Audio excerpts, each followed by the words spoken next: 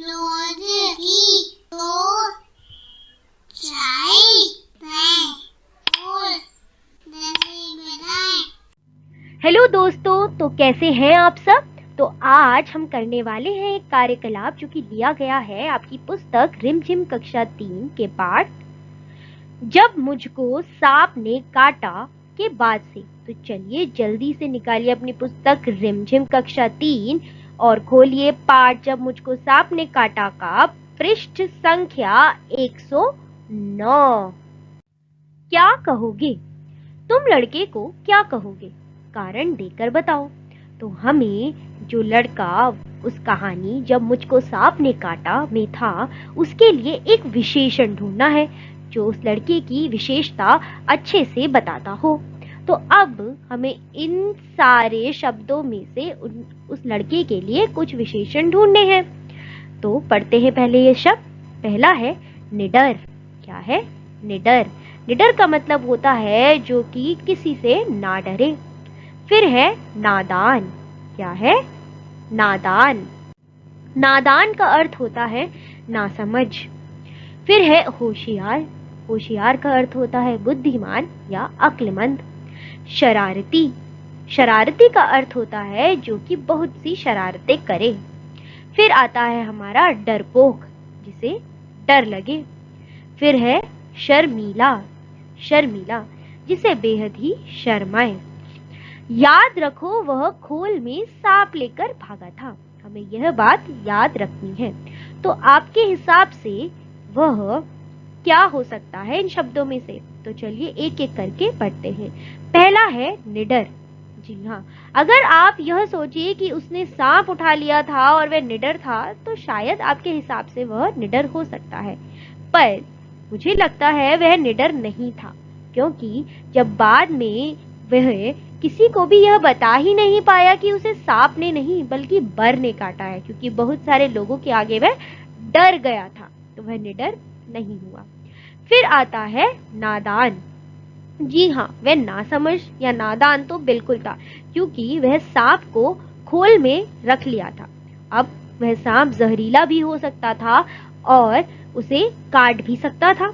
हाँ, बर के काटने पर उसे जान का खतरा नहीं हुआ, पर अगर वह सांप जहरीला निकलता और उसे काट लेता तो ज्यादा मुश्किल हो जाती।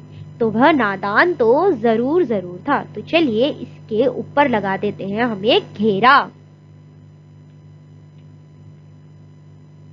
ये रहा नादान, जो कि वह था।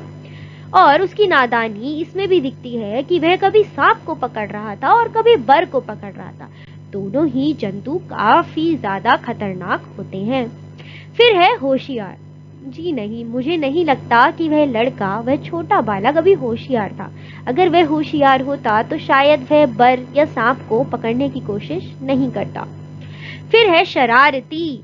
जी हाँ, वह लड़का शरारती तो बिल्कुल था। तो चलिए लगाते हैं इस पर भी एक घेरा, क्योंकि वह कभी सांप को पकड़ रहा था, कभी बर को पकड़ रहा था और वह बहुत सी शरारतें कर रहा था, तो वह था शरारती।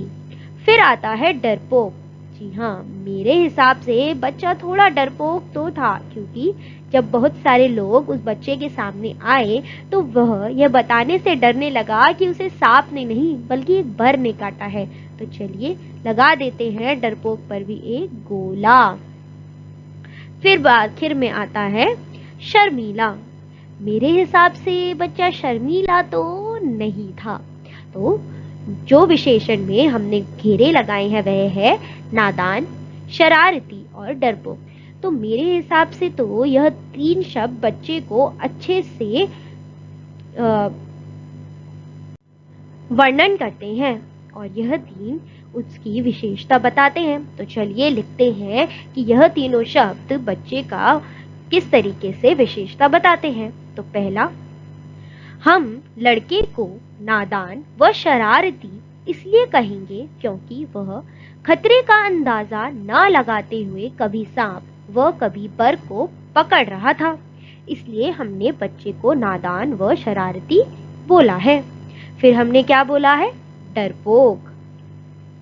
हम लड़के को डरपोक भी कह सकते हैं क्योंकि वह लड़का बहुत सारे लोगों के आगे घबराकर यह बता ही नहीं पाया कि उसे सांप ने नहीं बल्कि बर ने काटा है। जी हाँ, यह दो कारण हैं जिसकी वजह से मैं तो बालक को नादान व शरारती और डरपोक कहूंगी।